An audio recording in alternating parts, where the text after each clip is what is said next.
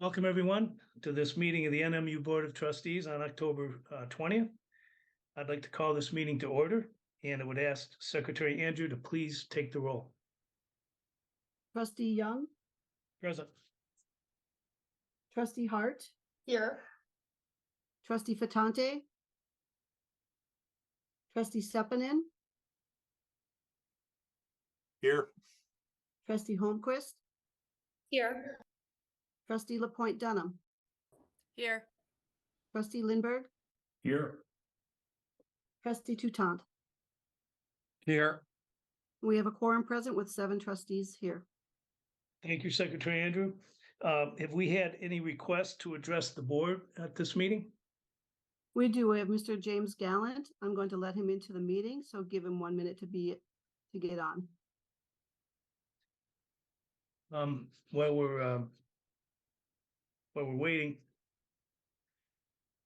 I would like to point out that Mr. Gallant requested an opportunity to speak and asked for an additional 2 minutes. So we're giving him a total of 5 minutes to make his comments, and that would remind Secretary Andrew that to alert Mr. Gallant on his timing. I think you're going to give him a 1 minute and a 30-second and a 15-second warning, and she's going to hold up a sign so you know how much time you have left. So with that, Mr. Gallant, I would ask you to present to the board. Looks like he's still connecting to audio, so I'm not sure he's heard you yet.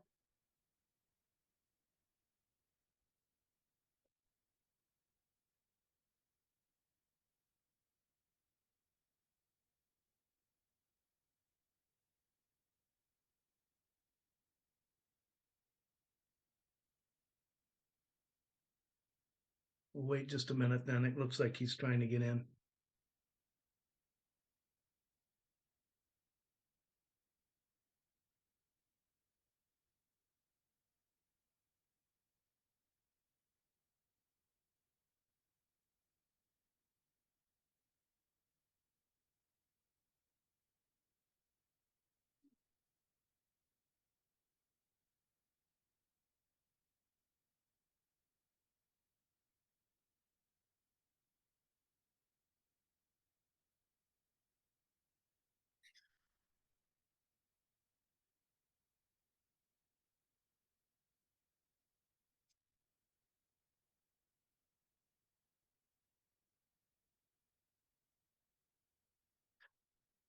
Well, we can see him, but Oh, are you hearing me now?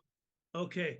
Sorry about that. We had a little trouble there getting connected, but what I was saying, Mr. Gallant, was we've allotted 5 minutes for your comments, 2 more than we normally do. And Kathy will provide you with some warnings as you approach that end of your 5 minutes with a 1 minute, 30-second, and 15-second warning, so you can keep track of your time. And we'll have to hold to the 5 minutes. So having said that, welcome, and the floor is yours. Okay, well, thank you very much. I do appreciate that. And I'm sorry I'm not more prepared today because the meeting was so short, or the notice was so short. But I would like to if I start by, I'm James Gallant, Marquette County Suicide Prevention Coalition, and these are my opinions. And I submitted a written statement, and I'd like to discuss your wellness facility, and I appreciate that you made the investment in the future, that we need that to get the complete wellness of people in their lives. And the report concerning the comprehensive mental health services that are provided at the wellness center at NMU.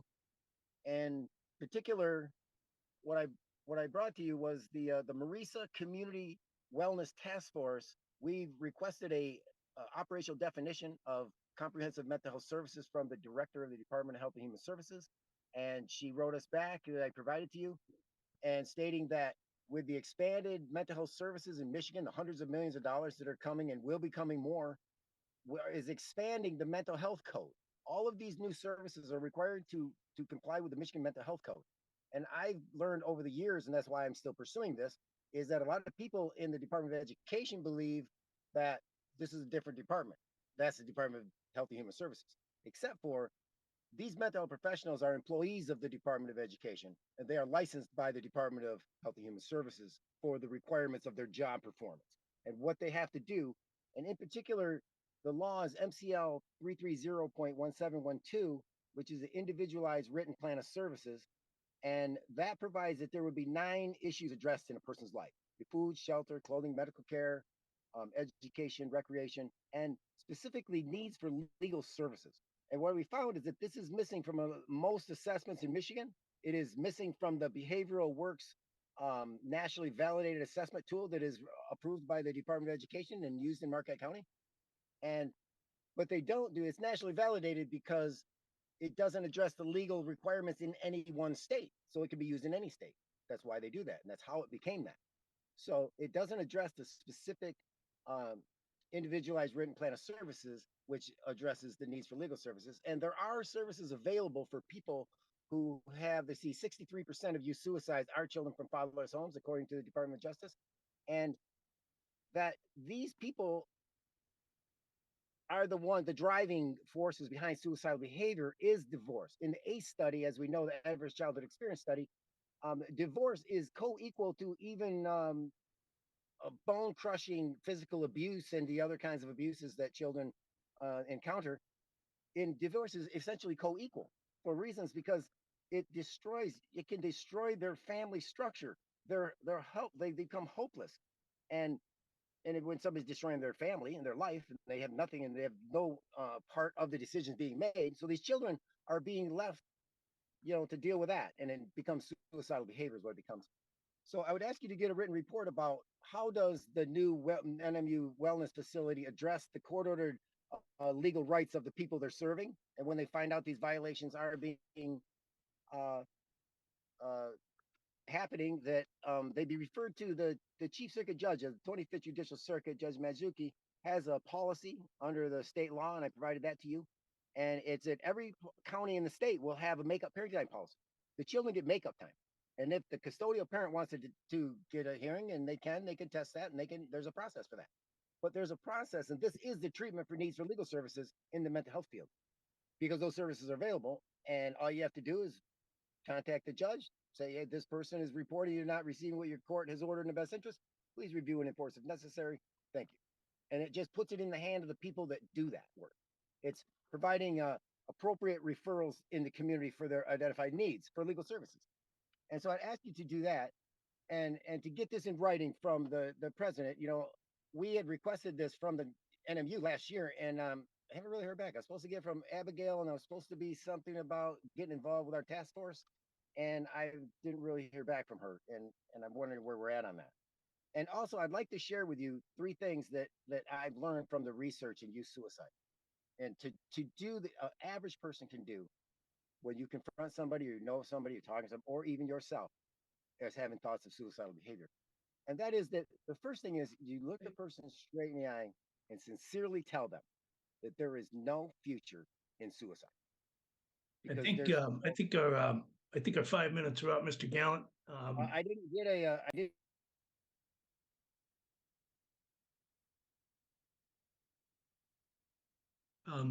What, Kathy, can you do? I didn't get Okay, 1-minute warning. Can I just finish my statement, please? yeah, if you do it real quickly, we're Yes, I was gonna just try I to was keep just on finishing. schedule here, and we had some trouble getting you hooked up, so we're already running a little behind. So thank you. Absolutely. But this is the important part. Is that if you come across somebody that you believe is suicidal, you tell them there's no future suicide, because the future doesn't include them. The person is making the decision. So it's like an oxymoron to them. And then it gets them to thinking, hey, wait, maybe there is something different. And the second thing is that you remind them that they are valued members of the community, even though they think they're not, and it's not working out for them. And then third would be to remind them the good reasons to live: family, pets, things that in their life personal to them that would allow them a little hope for tomorrow, that maybe they can get into your wellness center if they could get linked to the services, to these legal services that they need, and to get them off that road to suicide. So thank you very much. And I Okay. would ask that I get an appointment with the president. We could speak further on this. Thank you very much. Okay, thank you for your comments, Mr. Gallant. We appreciate you trying to, I know you had a difficult time getting hooked up here, but hopefully you're satisfied with the time we've allotted. So thank you. And we will move on to our next agenda item, which is our external audit. And I'd like to this time to call on trustee and vice chair Hart, trustee Hart, to lead that discussion. Thank you, Chair Young. What I'd like to do is introduce our auditor from Raymond Robson, Mr. Steve Peacock, as well as Vice President Leach, who will provide their report for the external audit.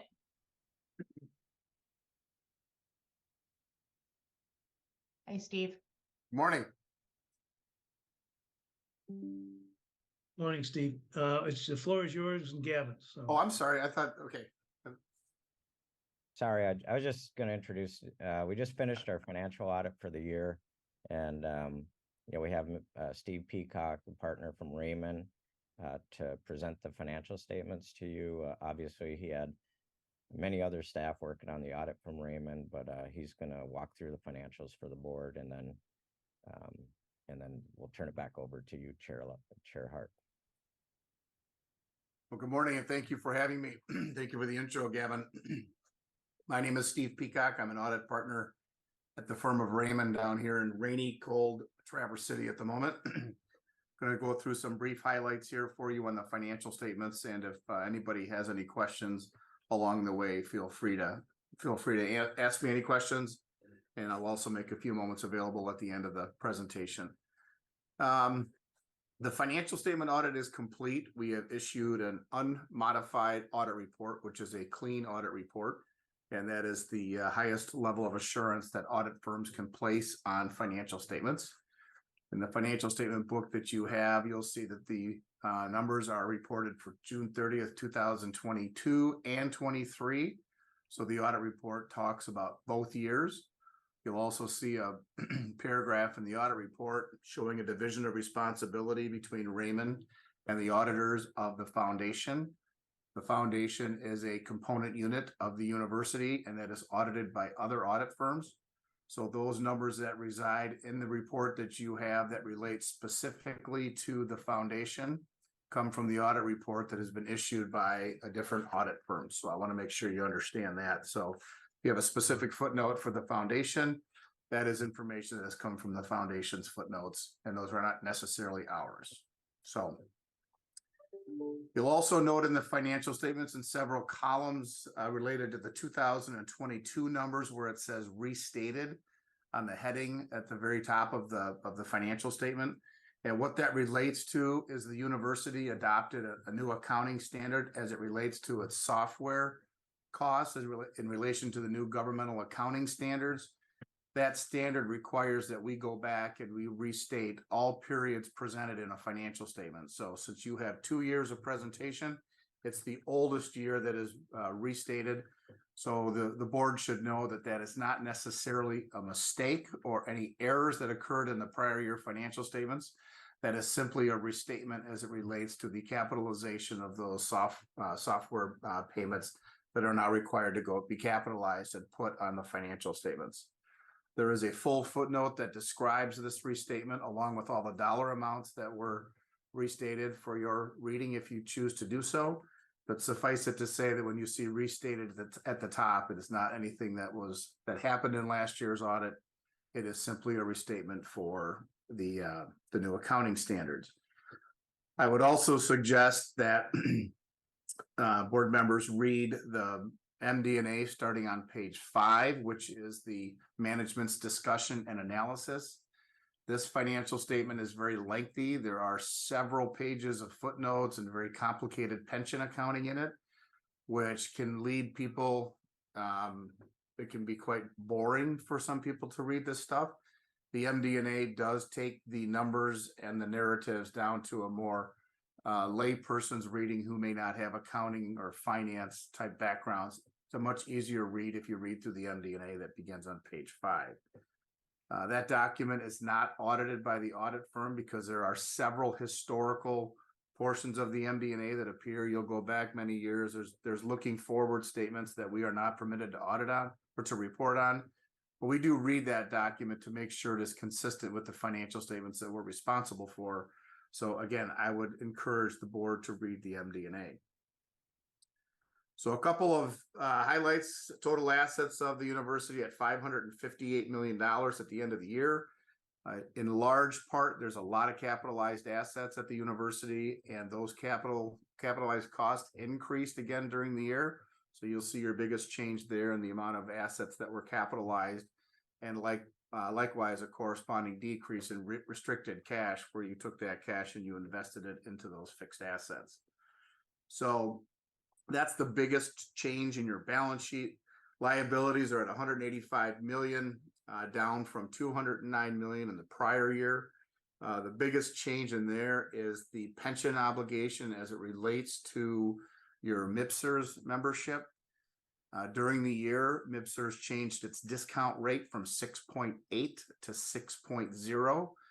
And the liability on the university is kind of counterintuitive to discount rate. So as the rate goes down, the liability will, as the rate goes down, the liability is going to go down accordingly. So make sure that when you look at the footnotes that talks about the discount rate that MIPSERS used in the prior year, and all the disclosures related thereto show a 6.8% discount.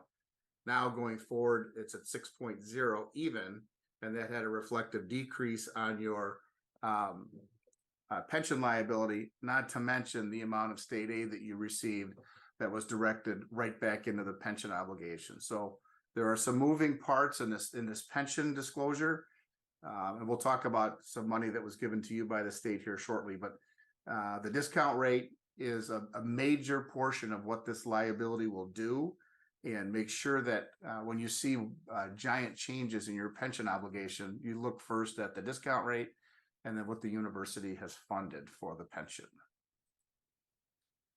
All right, a couple of topics on the income statement for the university. You'll see at the very bottom of the income statement, there was a $50 million net change in net position, which if you take all the income and all the expenses, it's a $50 million increase in your net position.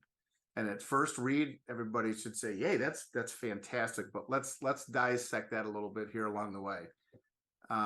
In the $58 million, the university received $28 million directly from the state that had to be directed right back to MIPSERS. So again, we talked about your pension obligation going down. You took in 28 from the state, you paid it directly to MIPSERS, that would reduce the liability.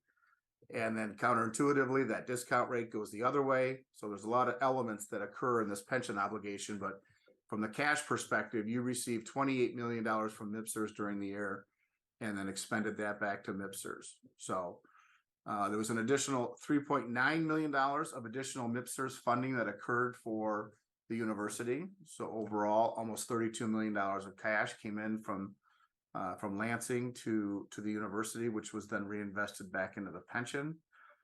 $11 million SBA fund for capital appropriations for the Jacob Petty building. That is also in your revenue stream. $5.3 million for a RIP and replacement grant. Overall, the operating income of the university lands at about $1.8 million to $2 million. So when you look at the 50 million as net change in the net position, remember there are 5 elements that have taken part of that is not necessarily going to repeat going forward. And those are dollars that are already spoken for very, very specific purposes. So again, 32 million for MIPSERS, 11 million for the SBA fund for capital appropriation for Jacob Petty, 5.3 million for the RIP and replacement grant. So that's kind of the highlights of the income statement and the balance sheet. The university is also subject to a single audit, which is the audit of your federal expenditures. That audit is not yet complete. We are in the process of wrapping that up now that we've got the university financial statements out. At this point, we do not have any findings with respect to that audit, and we would anticipate that to remain that way. But we do reserve the right to issue a finding if we do find something in the conclusions. but at this point, we don't see anything at the moment. So with that, those are the highlights of the financial statements that are out there: balance sheet, income statement, audit report, status of the single audit. I will leave you folks with a couple minutes for questions if you have any.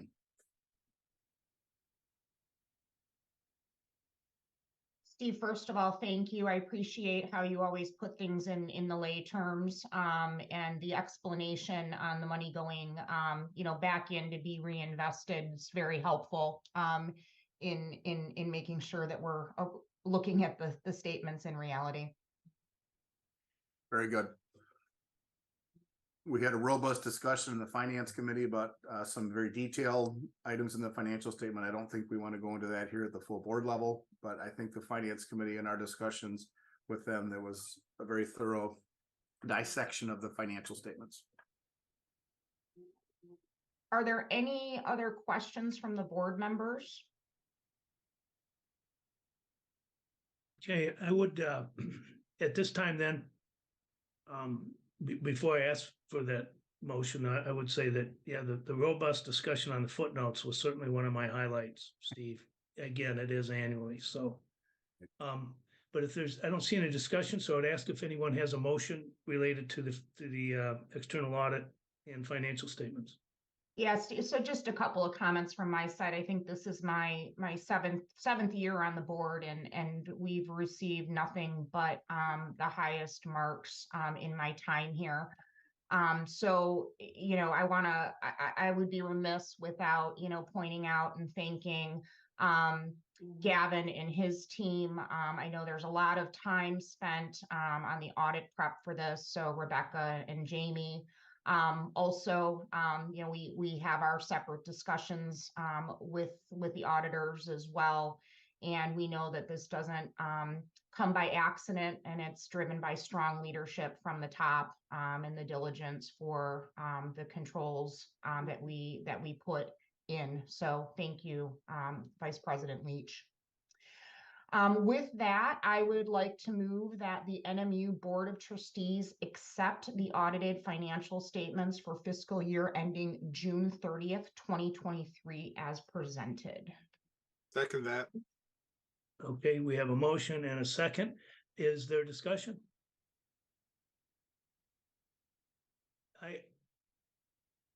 I would just echo what Chair of the Finance Committee Hart just said was, I've been through several of these things in my tenure on the board, and I don't want to say you become spoiled, but we really do very well in these audits, and that goes to the team, as Trustee Hart pointed out. And I think one of the things, Steve, you mentioned when we were going through this the other day was you talked about the tone at the top. And I think that's exactly what this is. And I think the tone at the top here with Gavin, his team, and of course, President Tessman, really, this stuff just doesn't happen by accident. And it was a really great point you made. So I would just reiterate that myself. Thank you. It is a great leadership team. Your staff cooperates very well with us. Everybody on the team and in the office here. It's a privilege to work on Northern Michigan, so we don't lose sight of that. And you guys have a great institution going up there, so keep it up. Thank you, Steve. We have a motion and a second. If there's no further discussion, I would ask Secretary Andrew to please call the roll on the motion. Please indicate with yes or no. Trustee Young, Yes. Trustee Hart, Yes. Trustee Sepinen, Yes. Trustee Holmquist, Yes. Trustee LaPointe Dunham, Yes. Trustee Lindberg,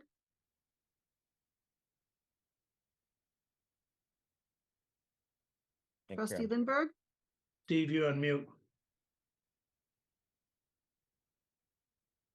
Yes, I was muted, sorry. Trustee Toutant.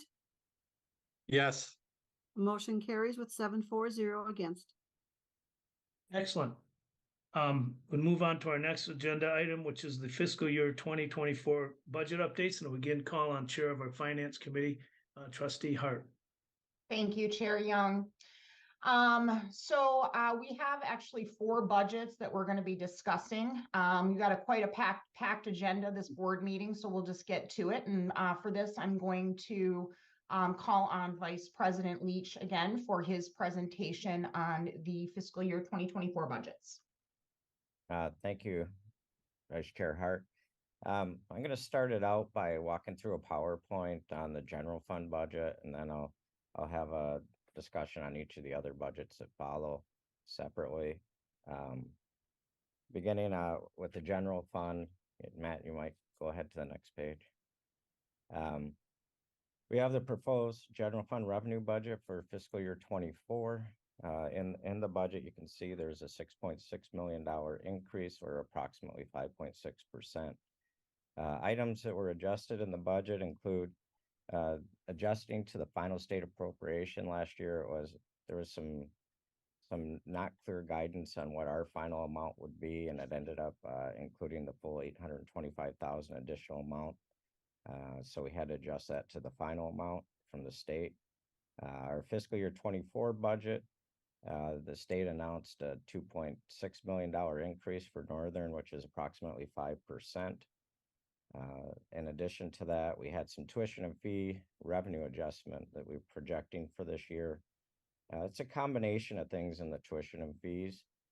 We had a rate increase, and we have the resident undergrad rate increase. It was 5.19.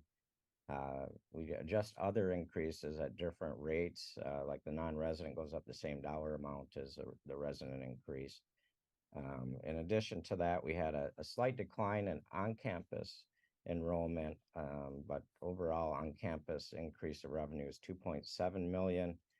We had a large increase in our global campus as a result of a state grant opportunity through Joe Lubig's area in education, which drove global campus revenue up about $2.1 million. The combination of those make up the $4.8 million in budget increase. On the financial aid side of the budget, we had our regular rate adjusted financial aid, which is tied to our tuition and fee rates.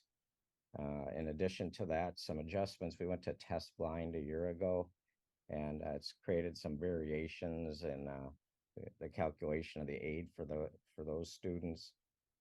But combined between the rate adjusted aid and test blind, that amounted to about $650,000 increase, and the balance was related to new initiatives that we put in place for the Bridge Award, which is for non-resident students.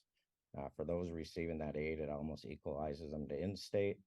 We had that Tuition Advantage program, which are for students that qualify for Pell and receive the Michigan Achievement Scholarship. We had, in addition, a need-based aid.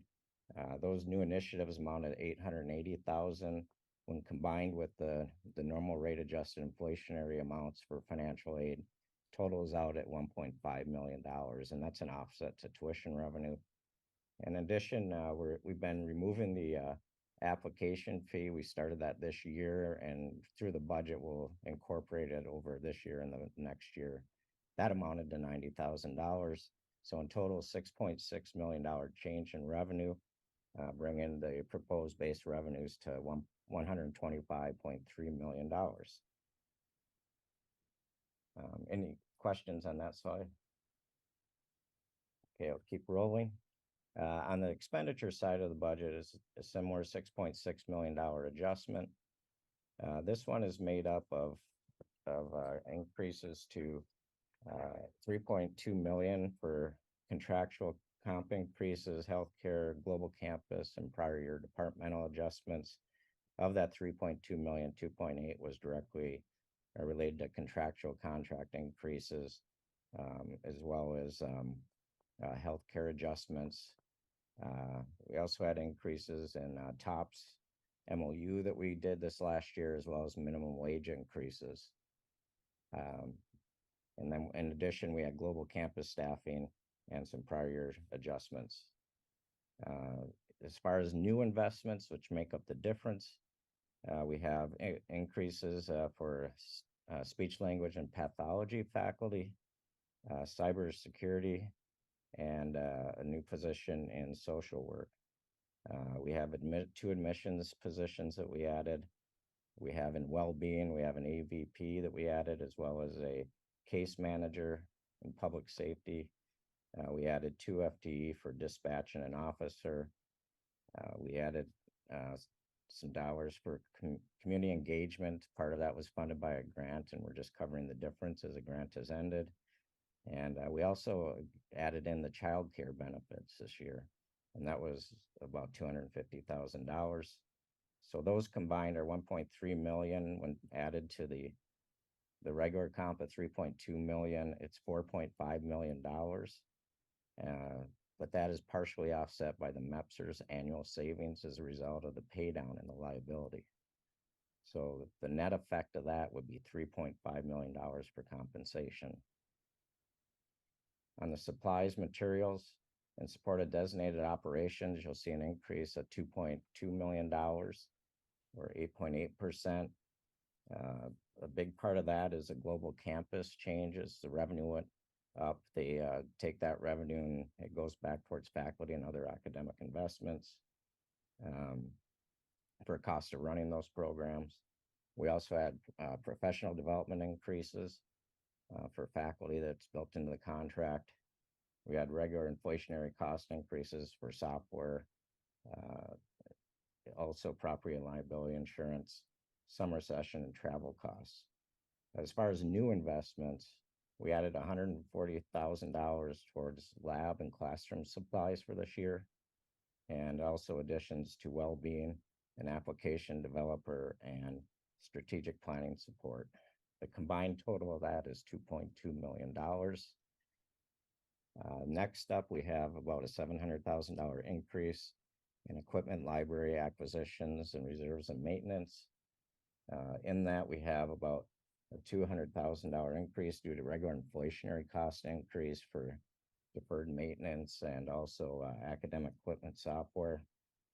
Specifically, in new investments, we added capital equipment replacement money of $100,000, and we added dollars for library acquisitions and capital renewal dollars of about $230,000, and also dollars towards student space in the first floor of Hardin.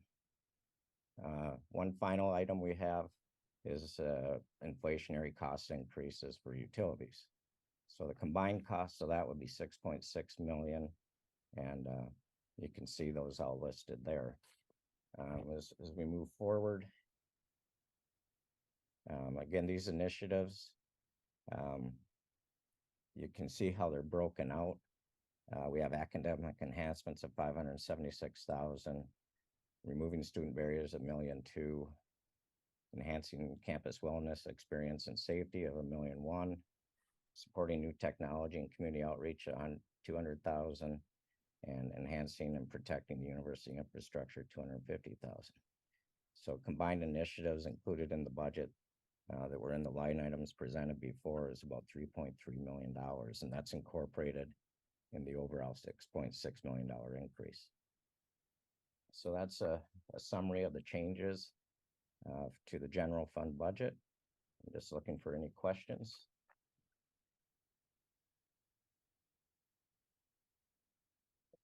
Keep moving along. Let's move. Okay. Next up, we have the auxiliary funds. The auxiliary fund primarily designated services and conference and catering. It also includes the bookstore and golf course. That overall budget's going up about $1.4 million. The primary change is in the residence hall meal plans. We had a rate increase of 4%, but the biggest change has been our occupancy in our residence halls are way up this year, which is driving the revenue from meal plans to increase significantly, and that's going up overall about $968,000. Conference and catering, as well as our retail outlets like Tamaki and Fiera's and those, they're also increasing significantly. Some of the students on campus, but also our bookings in our Northern Center are really increased this year. So overall, that's about a $331,000 increase. Now, as you increase activity, there's also increase in cost of sales for the cost of food. One other one I forgot to mention was with the new wellness well-being center. Our health center is estimating a big increase due to patient load increases this year. And so that's also incorporating cost of sales for pharmaceutical supplies and other supplies. Personnel costs in the auxiliary expected to go up about $300,000. Some of that includes a new food service position for Northern Lights and Tamaki and Tea, and additional increases in student labor due to higher demand at the retail levels. One other larger increase is in their equipment reserve and maintenance for all the different venues that they have. They have to keep reinvesting in it as these programs are all under a self-funded operation. So you'll see an adjustment about $568,000. So overall, $1.4 million increase in revenue, cost of sales up about $900,000, and other expenses about $868,000. And that would keep their overall budget in balance. Any question on the auxiliary? Okay. Yeah, so Gavin, just looking at it, so 7.8% change in the revenue and then operating expenditures at 7%. Right, Yeah. correct. Good. And cost of sales, a big part of that is the increase in food costs. The Mhm. cost of those have gone up significantly, and so that's reflected in the budget. But also the better news is we have high demand by the students, which is really good. Absolutely. Good. Next up, we have the housing budget. The housing budget, again, is reflective of, you have the rate increase that we implemented last year of 3.8% for the residence halls and then 4% for the woods. But we also increased 110 students in our halls. So that was a big jump this fall. So overall room rent for residence halls went up about $998,000.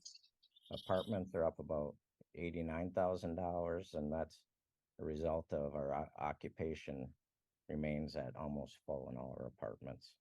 I think we're at 98% full, and a lot of that is just, it's hard to get any more students in. So 98% is almost 100% full for the most part. In addition, there's some personnel costs, obviously the contractual cost increases, but we add new AVP as student experience, an assistant resident life director, and a health promotions coordinator into their budgets, as well as opening up an additional hall. We had to add additional RDs into the budget. There's some cost increases for summer programming, and again, in their budget, they're also increasing their deferred maintenance by about $331,000, as they are a self-funded operation with many facilities to maintain. So overall, 9.8% increase in their overall budget, or $1.1 million on an $11.1 million budget. Any questions on that one? Okay. The budget to review is the designated fund. This includes a variety of areas that are partially funded by the general fund, but also have self-supported revenue, including athletics, National Training Center, IT, printing services, charter schools, continuing ed, the Bear Center, public safety programs such as police academy and law development, as well as others. The overall budget for that area is $7.9 million. We're looking at a $242,000 increase in the budget, and majority of that increase is related to the cost of positions and supplies for deferred maintenance.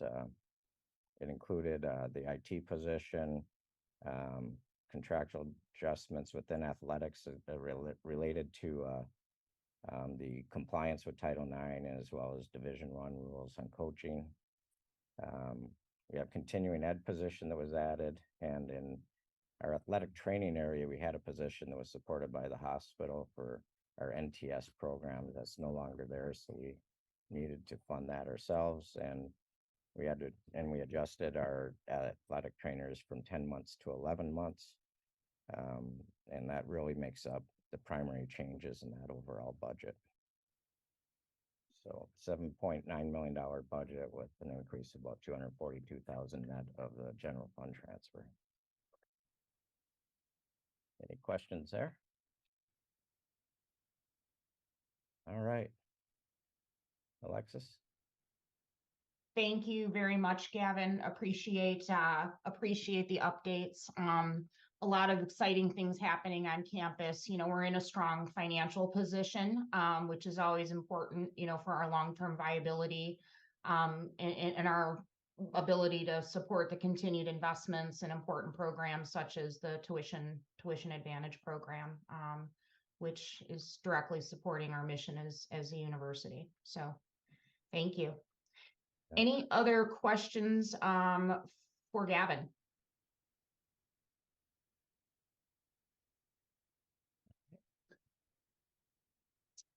Okay, I would at this point call for a motion and a second to approve the budgets as presented. I'd move that the following fiscal 2024 budgets be approved as presented. The general fund base budget, the auxiliary operations budget, the housing and residence life budget, and the designated fund budget. And I support that. Okay, we have a motion and a second, and any discussion?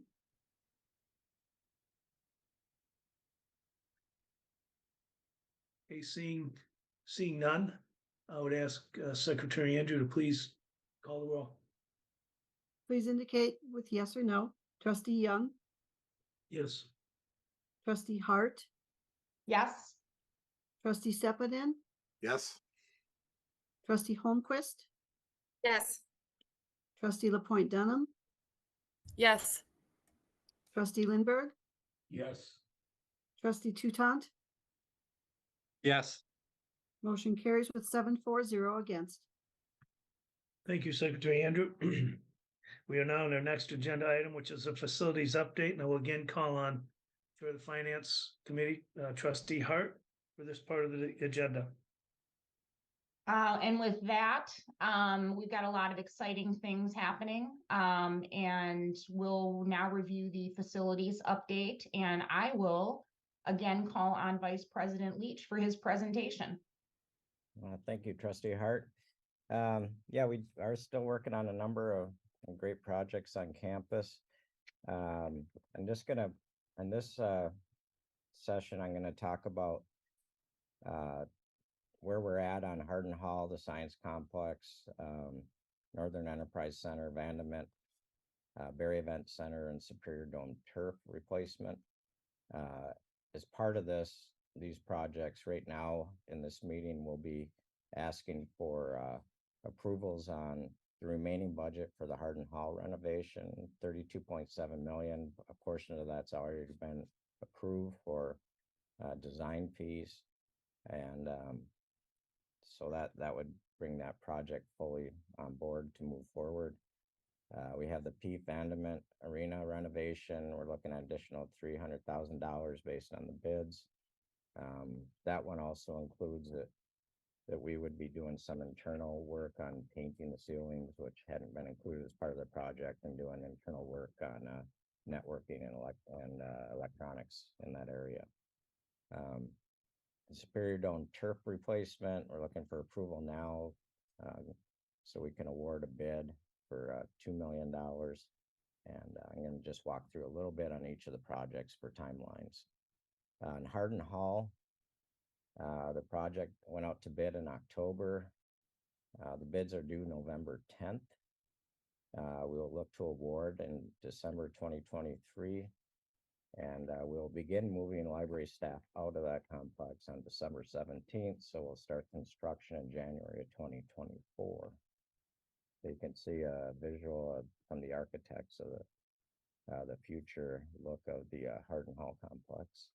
On the next screen, you'll see some of the interior finishes are trying to incorporate a biophilic design principle. use of nature and colors to promote well-being in the facility. It's sort of a new concept that we hadn't done, and that will be incorporated in this facility.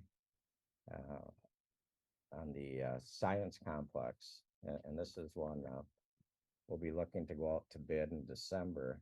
We're putting an addition onto Weston Hall, and you can see it's sort of, we had a few ideas of where to be able to incorporate the addition that would have less interference with the other areas within that facility.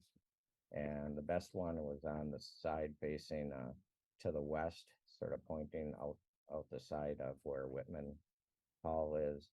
It'll be an addition that will accommodate additional labs for our science programs that have been growing, and we had discussed that previously. This is going to be close to final look of how that would look on that side of the building. Project will go out to bid in December. Oops, side back. Project will go out in December. Construction awarding looking for January, February. So we'll be coming back to the board for an approval in December on this project overall. And construction would begin in May of 2024, with completion expected in August of 25.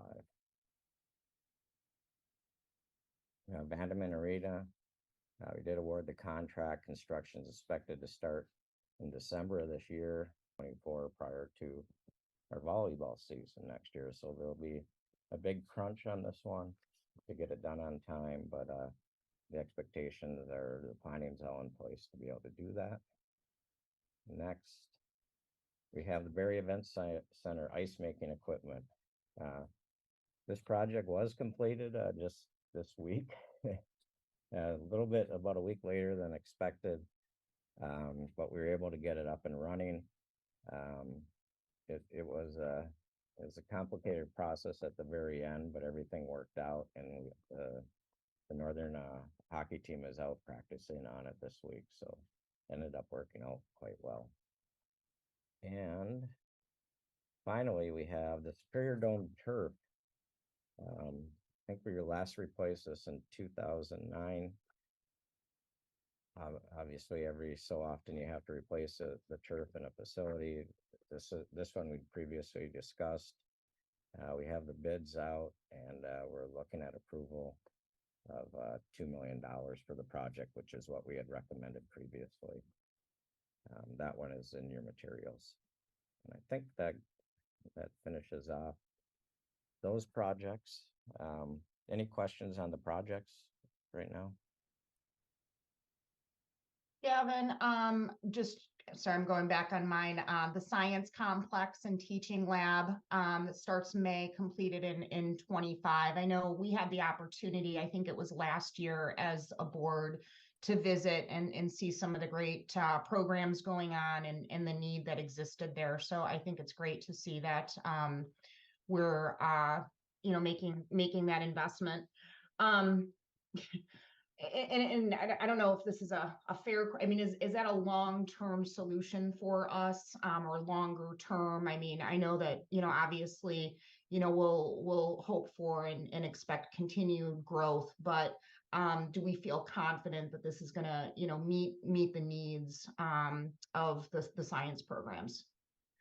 Yeah, we've been, Jim and Kathy primarily have been meeting with them pretty regularly to go over those needs, and it's been based on their input that really filled out to the whole design of this project. And maybe Jim or Kathy, you want to jump in real quick to talk about some of your discussions?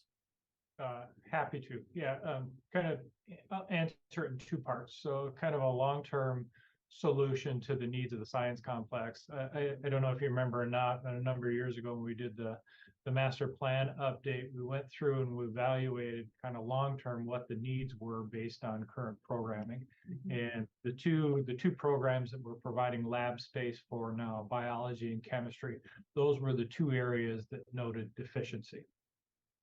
And with this project, we got 6 labs coming online, 4 dedicated to biology, and the other are dedicated to chemistry. And right now, we do feel that they will meet the needs. Okay. So. Great. Thank you for that, Jim. Yep. All right. Any others on that part?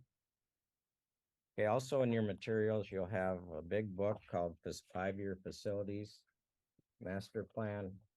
Trying to remember 117, I think, Gavin. 117 pages of light reading. It's on the bedstand. Anyway, it has a lot of information about the universities, about our facilities, about our infrastructure, about many things. And it is required to be submitted to the state on an annual basis. So we update this each year. This is this year's rendition of it. Included in it is our #1 capital outlay request, which is the Northern Enterprise Center, College of Business. That did make it through the House and Senate. We're not sure if it's going to be signed by the governor this year. We're hoping there's still some hope left, not as much as we had hoped for at this point, but that is our project. We got it almost to the finish line, and we'll continue to work on that project to try to get it funded through a state capital outlay process. So those two are in your materials. And then finally, we have the long-term maintenance list. These are the bigger items in our maintenance that we are working on for this fiscal year within that $1.9 million operations budget for the general fund. We have about $1.3 million in the auxiliary funds for this year that will be completed. And overall, you'll see $3.2 million in just ongoing maintenance projects for the university. So all of these will need board approval, but prior to that, I'd like to turn back to Trustee Hart for any other comments or questions. Yeah, fingers crossed on the Northern Enterprise Center. I think it's going to be a fantastic hub for us. I think I was reading it's our fastest growing major by program as well. The business program, over 8% in the last 2 years. So very exciting. Any other comments or questions from the rest of the trustees?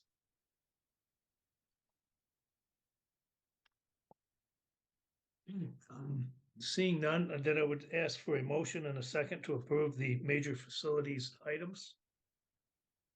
Chair Young, I'd like to move that the following facilities items be approved as presented. The NMU 5-year facilities master plan, the 2024-2025 capital outlay project request, the fiscal year 2024 long-term maintenance projects, and projects greater than $250,000.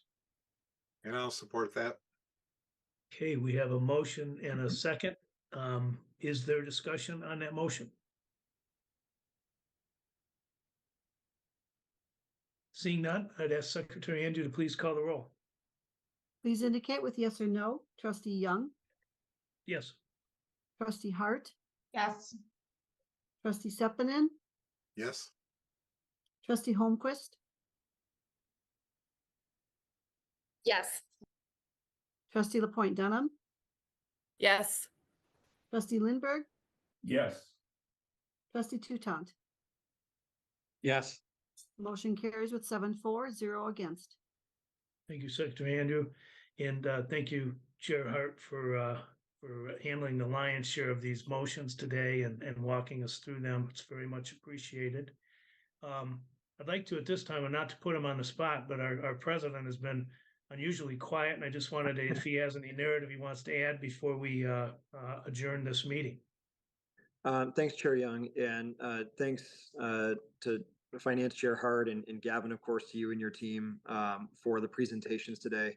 I would just tell you from a leadership level, some of the comments about the value we place in stable financial positioning and prudent financial management. It is tempting to move away from that strategy occasionally because we have so many needs, so many short-term needs on our campus, and we meet those needs but also really build a strong foundation for the university. And so you look at our balance sheets and understand what we're positioned to do.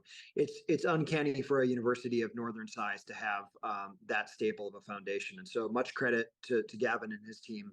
Second quick point, and this is more specifically to Jim Toms and Kathy Richards for their work in engaging our academic leaders, faculty, deans, and others in how we design some of these projects. I will tell you that lab space does reflect so much input from our biology department and programs and from chemistry. I hope we continue to grow and eventually we need more space, but for now, that space is really designed for the long term, and we'll continue to build out our projects that way. The Northern Enterprise Center would be included in that. It already reflects a lot of faculty and academic input. It's an important part of getting it right as we build these projects out. So lots of exciting things happening, a very strong set of presentations today, and happy to begin the planning process for the next fiscal year as well. So thanks for the opportunity to address the rest of the board, Chair Young. Thank you, President Tessman. There being no one else wishing to speak, I'm trying to make sure I can see everybody here. Everybody good? Okay, well, there being no further business, this meeting of the NMU Board of Trustees is adjourned at 12:28 on Friday, October 20th. Thank you all. Thank you.